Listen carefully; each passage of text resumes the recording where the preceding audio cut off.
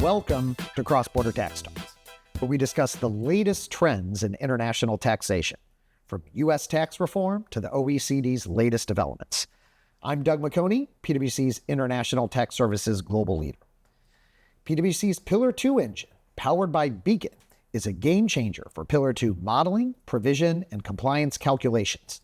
Built on a graph system utilizing over 20 years of international tax technology, this cloud-based centralized rules engine is developed by a team of Pillar 2 tax experts from around the globe. PwC's Pillar 2 engine is currently available as a service and is now available to license. On this week's episode of Cross-Border Tax Talks, we're back in PwC's Policy on Demand studio in Washington, D.C., where I'm excited to have Stewart Brant on the podcast. Stewart is a managing director in PwC's Global Tax Policy Services team. Prior to joining PwC, Stewart had stints at the OECD, the IRS, and the U.S. Department of Treasury. Stewart, welcome to the podcast. Hey, Doug. Thanks for having me. I'm a huge fan. All right. Well, it's a thrill to have you on. And, we've been working together for, a number of years, and particularly on Pillar 2, and you've been tracking Pillar 2 developments around the globe. And this is a podcast that I wanted to record for a very long time. But before we get into this, there's a topic that I love, if there's a fan of the podcast, that I love to start, which is baseball. And you're based in San Francisco, but you're a Dodgers fan. And so for our non-baseball fans of the podcast, and I acknowledge that is really most of them, they don't really care about baseball, but I love it. Your Los Angeles Dodgers won the World Series this year. I wanted to congratulate you on that and ask, did you have a favorite moment from the World Series this year to share with our listeners? Yeah, Doug, thanks. I think the moment that really stands out is Freddie Freeman's walk-off home run. That was I think that floored all of us, all fans, of the Dodgers.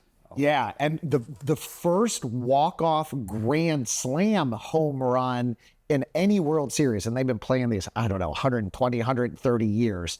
And so for the non-baseball fans, what walk-off grand slam means it's the last play of the game, the last pitch, somebody hits a home run to win the game. And a grand slam is when somebody hits a home run with the bases loaded, so it actually accounts for 4 runs. Both things are extraordinarily rare in baseball, and to happen at the World Series, it was a really fun series. I was very excited for you guys, and I know the New York Yankees fans are disappointed, but a great season for both clubs, and hopefully we're starting to convert some Cross-Border Tax Talks listeners to baseball, but I'm not optimistic on that. All right, so Stewart, one of the things that we work together on is you provide a weekly update as part of PwC's Digital Tax Study Group that covers both Pillar 1 and Pillar 2, DSTs, updates on the OECD and the UN. Can you just describe what is the Digital Tax Study Group, and maybe a little bit of the background, and how could interested companies potentially join? Yeah, sure, Doug. Thanks. So the Digital Tax Study Group, or DTSG, everything's got to be an acronym. We're going to have a lot of acronyms today.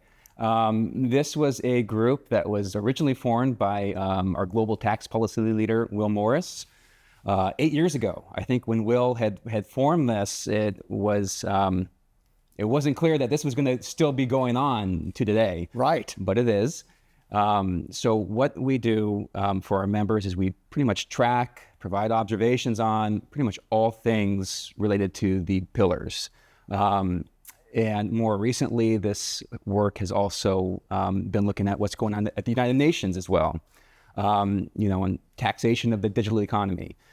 So a lot of our members are not only just the big tech companies, but it spans all different sectors. And, for those interested in joining, reach out to me, reach out to any PwC partner, and they'll put you in touch with me. Yeah, great. One of the ironies of this whole exercise is this was originally intended to impact the tech companies, right? And digital, and we still call it the Digital Tax Study Group. But to your point now, and avid listeners of the podcast know that Pillar 2 is not limited to technology companies or the technology industry. It impacts every multinational. So certainly a massive expansion in the scope and the reach, and has been fascinating to track. So As I mentioned, you have been tracking the Pillar 2 developments around the globe for 3+ years, really 8 years as this thing's development, but as countries have started to bring in their legislation and enact their legislation. I do want to remind listeners that PwC we have our Pillar 2 tracker. It's available for free online. You can just put that in a search engine, PwC's Pillar 2 tracker, where we use a lot of the information from you and teams from around the globe to try to track all of the Pillar 2 developments, including the local law, registrations, when returns and filings are going to be due. So we'd encourage folks to check out the Pillar 2 tracker. But what I wanted to do today in a little bit of painstaking detail, Stewart, is go through sort of region and country by country on where are we on Pillar 2 around the world, because there's been a lot of developments. We're approaching the end of the calendar year here in 2024. Public companies are getting ready for year-end provision, and just really wanted to go through kind of country by country and region by starting with the regions. And I thought we would start with Europe because I feel like this is where this all began, or arguably this is, I don't even know if that's arguable, but this is where this began. Where are we with Pillar 2 in Europe? Europe. All right. And I'm glad you gave us a little bit of a time reference here, because this is clearly a moving target, right? Countries are continually, enacting and updating their legislation. But I think it is quite sensible we do start in Europe. And in particular, let's just kind of dive into the European Union. We've got 27 member states. They have put forward a directive immediately following the release of the model rules back in 2021. This directive, it required all 27 member states unanimity to agree the directive. It was agreed in 2022, and then member states had until December 31st of 2023 to bring laws into force to implement the min tax directive. So to date, and we are sitting in November, we've got pretty much all of the member states that have successfully transposed these rules. There are 4 member states that have yet to do so.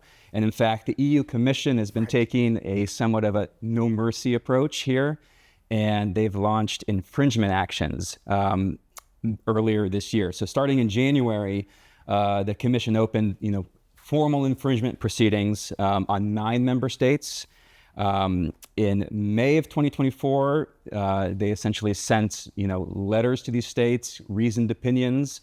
And by then, most of them had adopted their rules, but there was 4 kind of stragglers: Spain, Cyprus, Poland, and Portugal, that were most recently in October of 2024.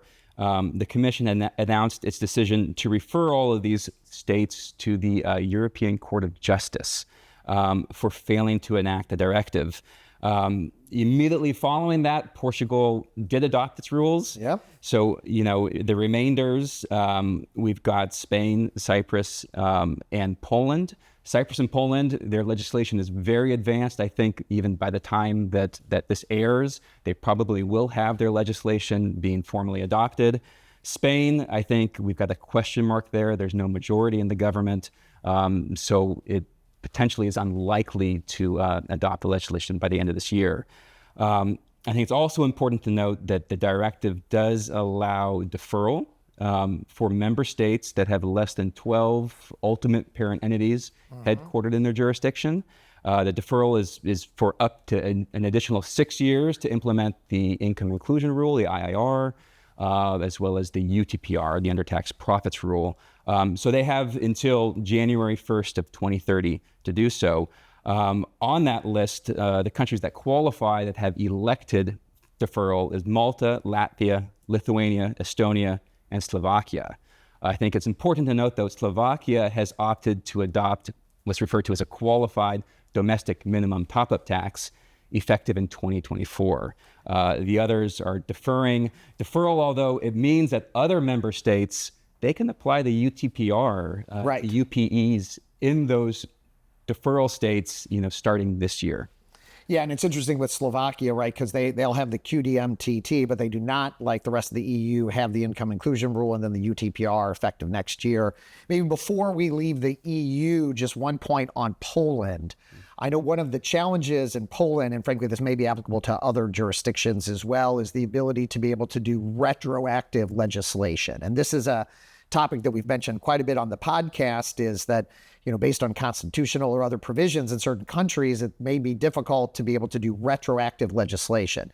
So this is challenging, first of all, for countries that may be a little bit delayed in just getting legislation enacted. And it's also a challenge for those company or those countries that are trying to enact administrative guidance, where the OECD generally for administrative guidance is claiming that administrative guidance applies from the very beginning, effectively retroactively. And so what is the issue with Poland and this retroactivity? Well, yeah, Doug, I think you've just basically answered that yourself. They do have an issue with retroactivity. I don't think their constitution provides for it. So they will be adopting or applying the IIR and UTPR effective next year, so in 2025. And I think before we leave the EU, just to note for your listeners, there is a legal action, ongoing in Belgium. Right. AMFRE has filed a legal action earlier this year seeking annulment of Belgium's UTPR. And this is going to take some time to work through the system, but it is in Belgium's constitutional court. Yeah, and to remind folks that is really with respect to the UTPR and, the income inclusion rule, which is generally like a CFC type of controlled foreign corporation type regime. The QDMTT are really not subject to the litigation. And we're going to come back to the UTPR and some of the potential challenges with the UTPR.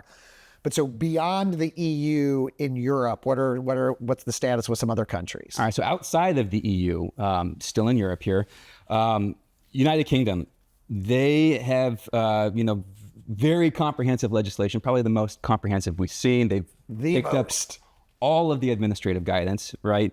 They have also just recently announced the date on which they're going to apply their UTPR, which is next year in 2025. That just came out in their finance bill. It was confirmed. Switzerland, also outside of the EU, they've enacted a QDMTT effective in 2024. And pretty recently, they have announced that they will be adopting an IIR effective in 2025. In that same announcement, they said they are not going to be pursuing a UTPR, at least at this time.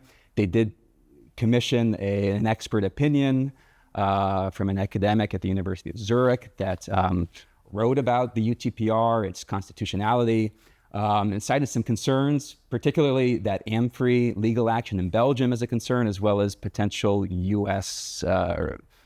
Retaliation. So they're holding off for now. Norway, they've enacted a QDMTT effective this year in 2024, as well as an IIR. They're also putting pause on the UTPR with no announcements there.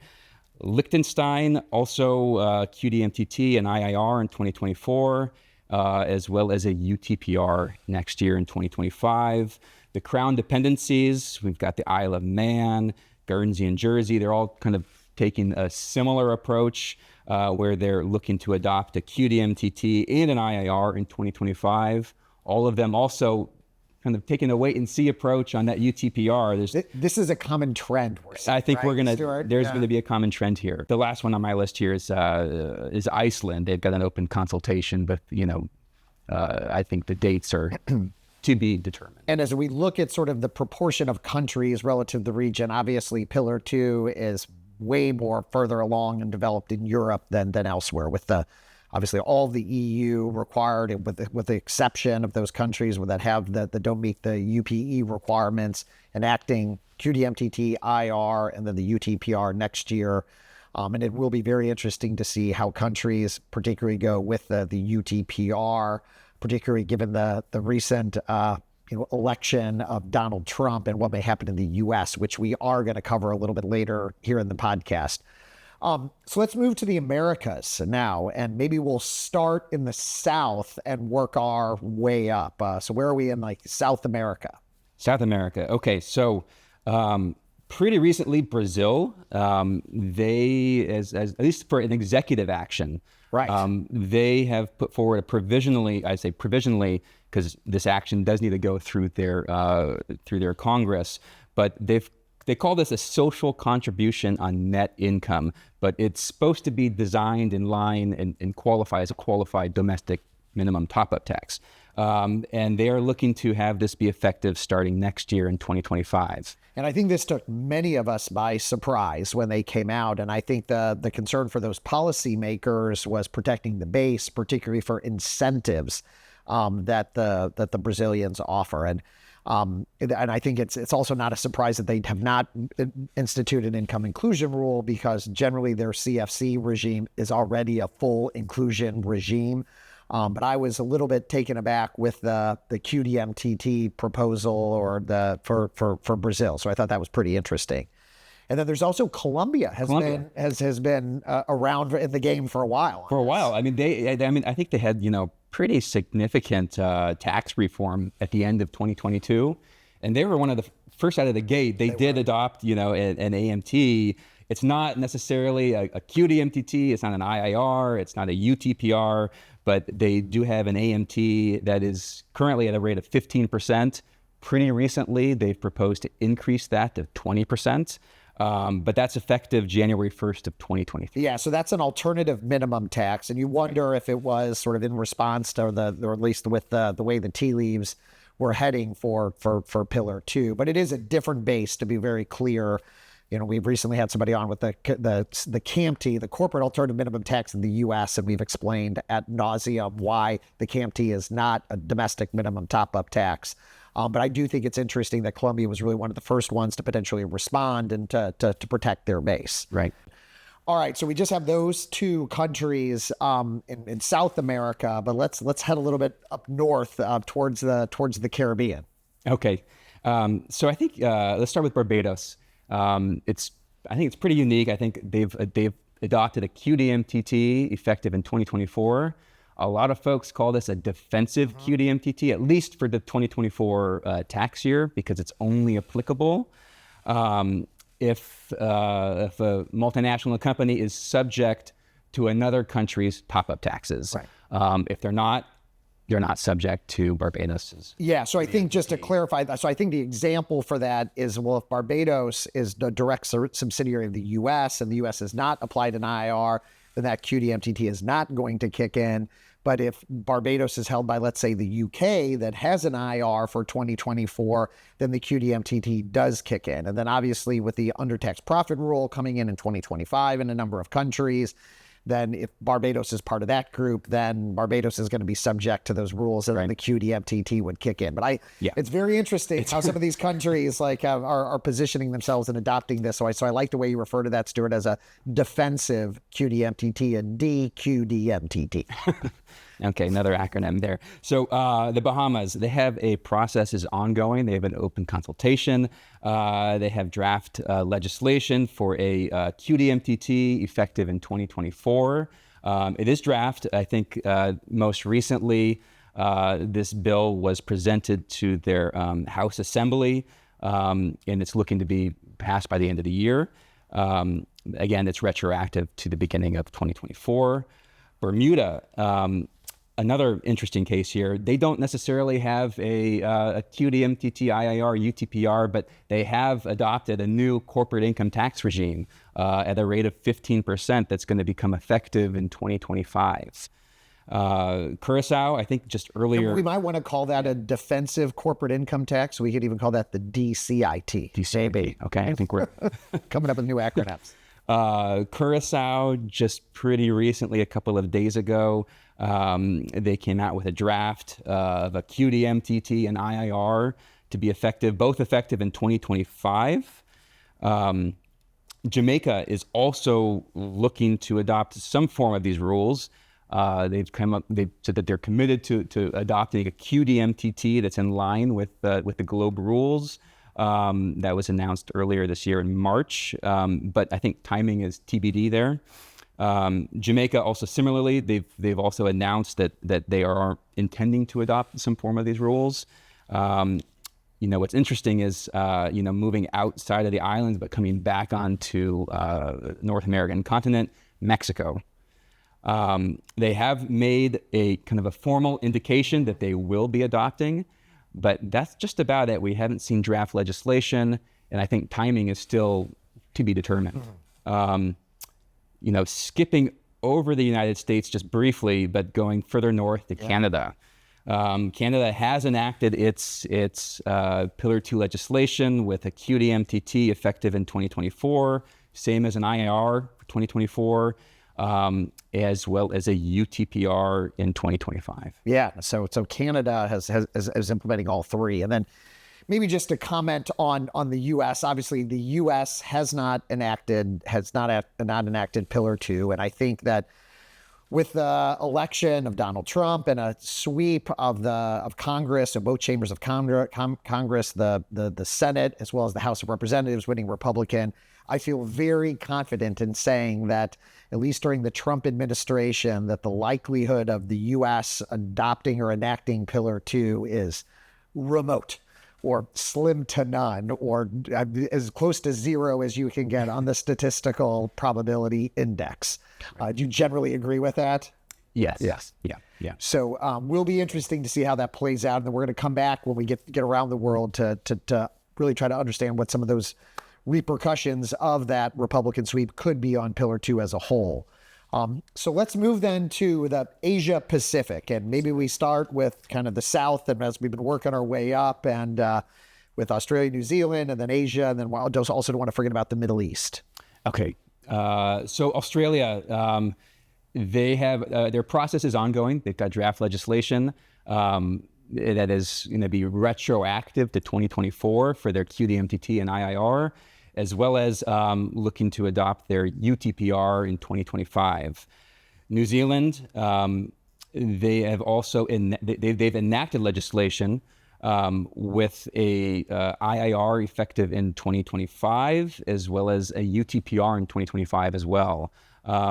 And I think it's a little fuzzy here, but I think they are looking to adopt a QDMTT as well in 2026. And I think one of the things that remind me that it was interesting about New Zealand is that they have taken an ambulatory approach to the Pillar 2 legislation. This kind of compares to Poland. And there may be a few others that have taken this ambulatory approach. And what do I mean by an ambulatory approach is that as part of their introduction of their domestic legislation, they effectively are incorporating future administrative guidance sort of automatically, so to speak, into their domestic rules, so that they don't actually have to propose and go through the process of enacting the administrative guidance. So as that comes out, I mean, what I think is fascinating about that, Stewart, is, I mean, it effectively gives the OECD the power of a legislative body in certain of these territories that take an ambulatory approach. Oh, definitely. I think it puts into question the autonomy of their parliament. And I think that is, I'm glad you mentioned that, is probably the shortest legislative package that I've seen to date.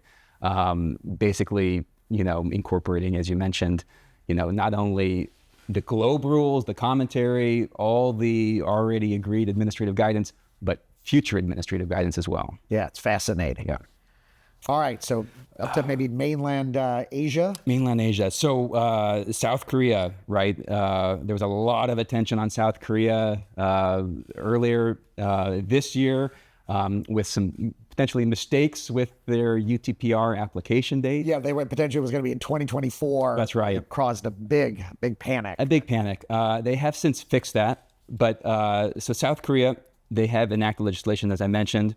They have an IIR taking effect in 2024 and their UTPR in 2025. A question mark for now on the QDMTT. I think they're still considering it, but we haven't seen any sort of draft legislation there.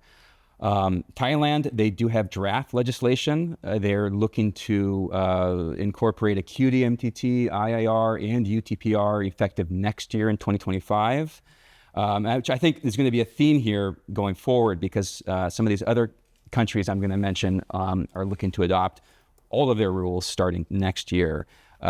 So this includes Hong Kong. They have an open consultation now, but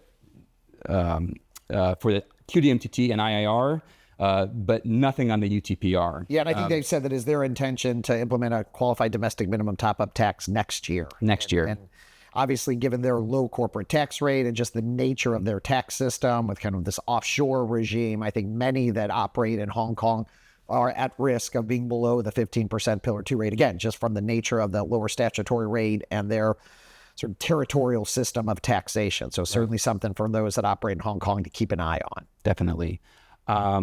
Indonesia, they have announced that they plan to publish legislation sometime later this year that's going to be implemented in 2025. And that's about all I know there. Japan, they were also an early adopter. They've enacted an IIR effective in 2024, but they're still kind of contemplating what they're going to do in terms of a QDMTT or UTPR. Yeah, I think that one's interesting. They were very kind of relatively early out of the gates. Learned a lot about the Japanese legislation process because effectively that'll happen one time a year. So as we talk about retroactivity and incorporation of the administrative guidance, I think that's a particular country to keep an eye on to see how they deal with this future administrative guidance. The ability to be able to do it retroactively, I think, is in question. But they have a CFC regime in Japan, and then they frankly don't have the types of incentives that we see in some of these other larger economies and developed economies. So I think that's why maybe they had less pressure or desire to do the QDMTT, but did enact the income inclusion rule. And obviously a lot of really large Japanese multinationals that are going to be subject to those rules and have to comply. Right. Malaysia and Singapore, they've taken a similar approach. They've are looking to 2025 to adopt a QDMTT and an IIR. No intentions right now of adopting a UTPR. Taiwan has made just an announcement. They've announced that they're looking to maybe make some amendments to their AMT, kind of in line with the GLOBE rules, but maybe not necessarily a QDMTT there, starting in 2025. The last on my list is Vietnam. They have enacted legislation for a QDMTT and an IIR effective in 2024. Again, no intentions of adopting a UTPR at this time. Yeah, Vietnam had made some specific comments earlier in the year about potential adapting or changing some of their incentive regimes and got a pretty stern rebuke from the OECD with respect to changes in their incentive regimes to deal with Pillar 2. And I think that's something that we're all going to keep an eye very closely on, because obviously one of the big intentions of the OECD for Pillar 2 was to end tax competition. And I think that motive, as noble as it may be, is challenging for sovereign countries that want to compete for foreign direct investment. And so it will be interesting to see as countries either look to change their incentives or maybe look to more refundable type of credits that we've spent a lot of time talking on. But Vietnam, I thought, was interesting as they were the first ones to really make a comment, and then were sort of directly rebuked by the OECD. And I think everybody's been pretty quiet since then. Right. It was a pretty public scolding. Right. It was.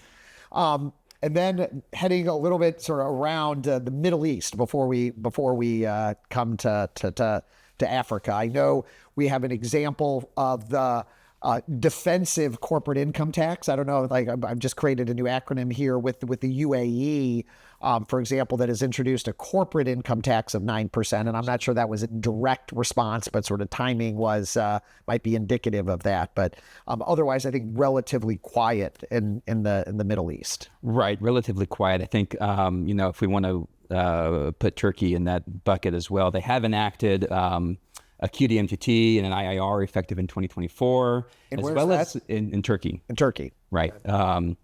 As well as a UTPR in 2025. Otherwise, we have Bahrain has actually enacted a QDMTT effective in 2025.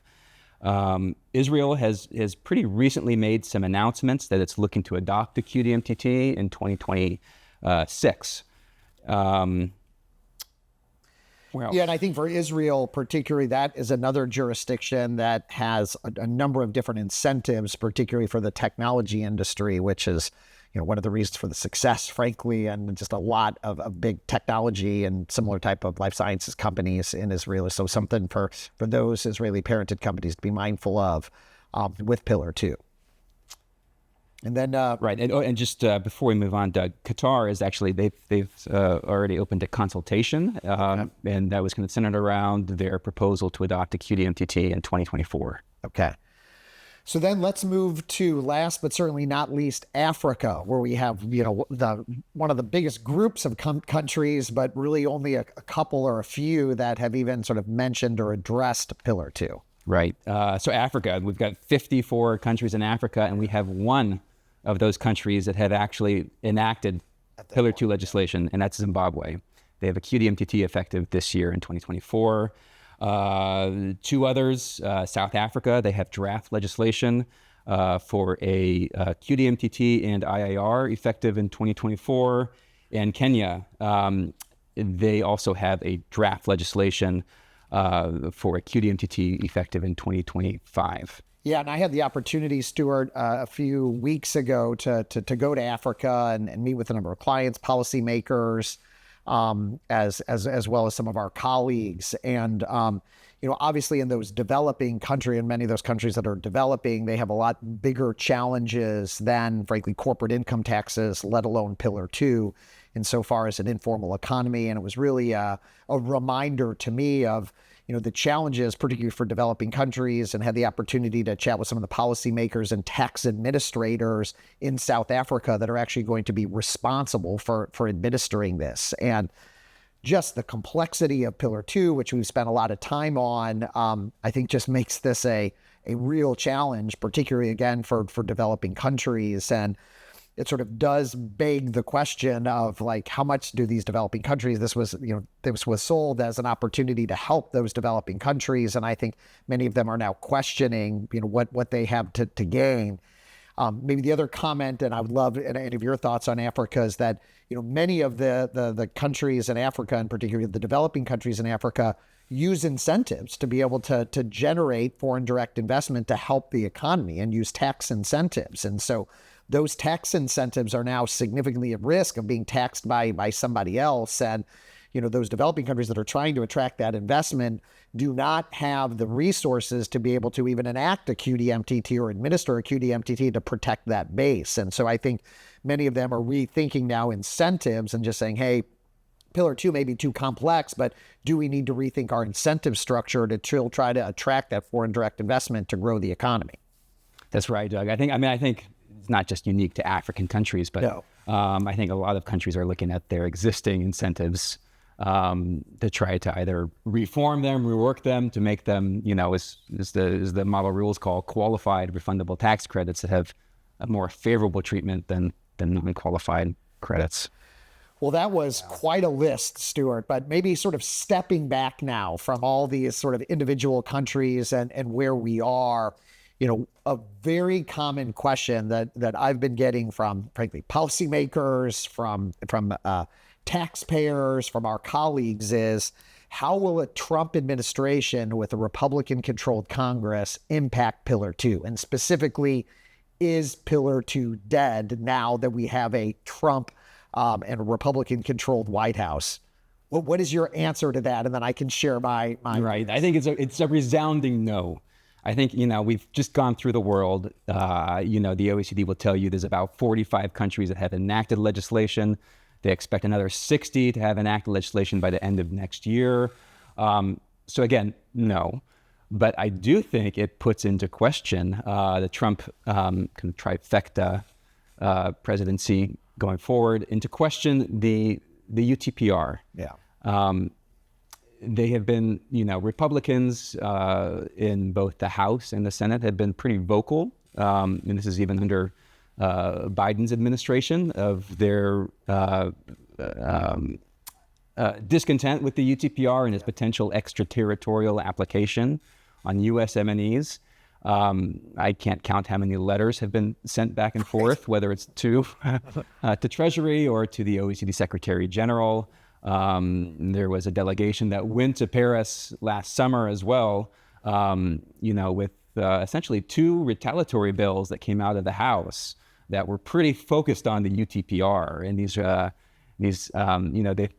they were messaging bills, but I would imagine those bills are going to have, come into sight next year under a Trump presidency. Yeah, let me unpack that. So maybe a couple responses to that. I totally agree that Pillar 2 is not dead as a result of the Trump and the Republican win. My view is the income inclusion rule, which is really a CFC regime. Dozens of countries have CFC regimes, like the U.S., for example, and GILTI and the income inclusion rule are pretty analogous, right? Different tax bases, and there's plenty of differences between the two. But I believe that the IR and then the QDMTT, which is just a tax on a sovereign country's own base, are here to stay. Certainly agree that the UTPR, given the case that you mentioned in Belgium with the EU, there's certainly been a lot of ink spilled with respect to the compliance with tax treaties and investment treaties. And we'll be interested to see how that plays out with the UTPR. Specific with the U.S. and the Trump administration, I agree that the Republicans had proposed, and we talked about this on a podcast with Rohit Kumar, post-election, where the Republicans had proposed a sort of anti-discriminatory bill that could impact multinationals and individuals that are based in countries that have enacted the UTPR or similar extraterritorial taxes on the U.S. that creates significant tax burdens for those individuals and those corporations. That could certainly be threatening for countries. We'll be interested to see how they respond. I think, one question is currently the U.S. has what is referred to or is able to rely on what we refer to as the UTPR safe harbor. In other words, the undertax profit rule won't apply for U.S. parented groups until I believe it's after 2026. And so I do wonder if maybe the OECD would say, to try to appease Trump, that they will make that OECD or that UTPR safe harbor permanent. And then, of course, you need all the enacting countries to actually enact those rules. But I totally agree. I think that we all need to be focused, and we will continue to focus on this here on the Cross-Border Tax Talks on what happens with the UTPR. But I think, unfortunately, for most taxpayers, the income inclusion rule, the QDMTT, are going to have to deal with. And then even with the UTPR, because this is coming into effect in so many countries in 2025, for companies, public companies, they're going to have to provide for this. So, any hope that there is of the UTPR collapsing, public multinationals are still going to have to provide for this because it is enacted in so many jurisdictions. So maybe the last thing that I'll ask you is, and we touched on this, and this frankly is probably worthy of an entire podcast on itself, but maybe just a minute or two on, what is your view on the future role of the UN? You had mentioned this because, the OECD has really been the primary driver's seat for global tax policy. And I do wonder if, where we are with the OECD and Pillar 2, and now with some of the questions with the UTPR. And as I mentioned, some of the developing countries, including some of the African countries, have expressed publicly some of their displeasure with the OECD and the Pillar 2. What's your view on the UN and where they will potentially stand going forward as a policymaker, a global tax policymaker? Right, Doug. So for those, for your listeners, the UN, it has been in the mix with tax for some time now, but this has been not at an intergovernmental level. There's been a committee of experts. They act in their own personal capacity. And just last year, led by Nigeria, this group of Africa, all 54 countries, the Africa group, put together a resolution to essentially to the UN General Secretary to have to essentially develop an intergovernmental process there whereby governments would come and discuss and set global tax policy. They're looking to do this via, they call it a framework tax convention.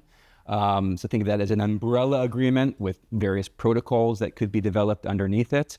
And, it's not just the dissatisfaction with Pillar 2, but enough. There's another pillar, right? Pillar 1, which I think the path forward for Pillar 1, it's always been pretty challenging.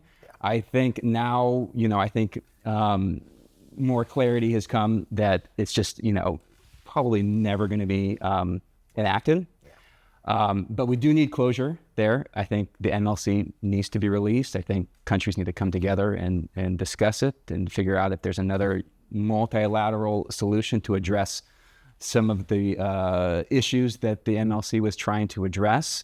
And this process with the UN, I think it is going to come into play here. I mean, the drivers behind Pillar 1, they're not going away.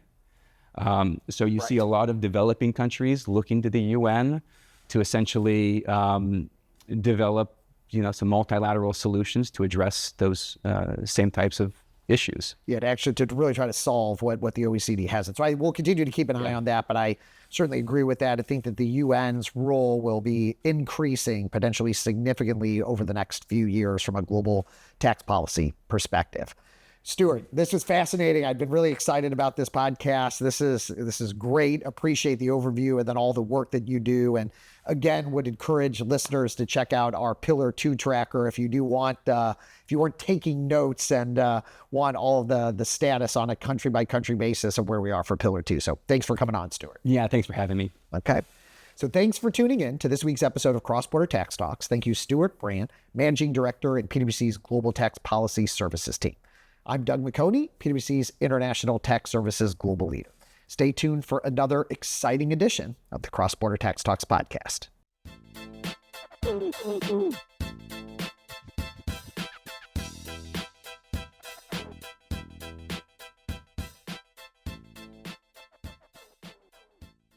This podcast is brought to you by PwC, all rights reserved. PwC refers to the U.S. member firm or one of its subsidiaries or affiliates and may sometimes refer to the PwC network.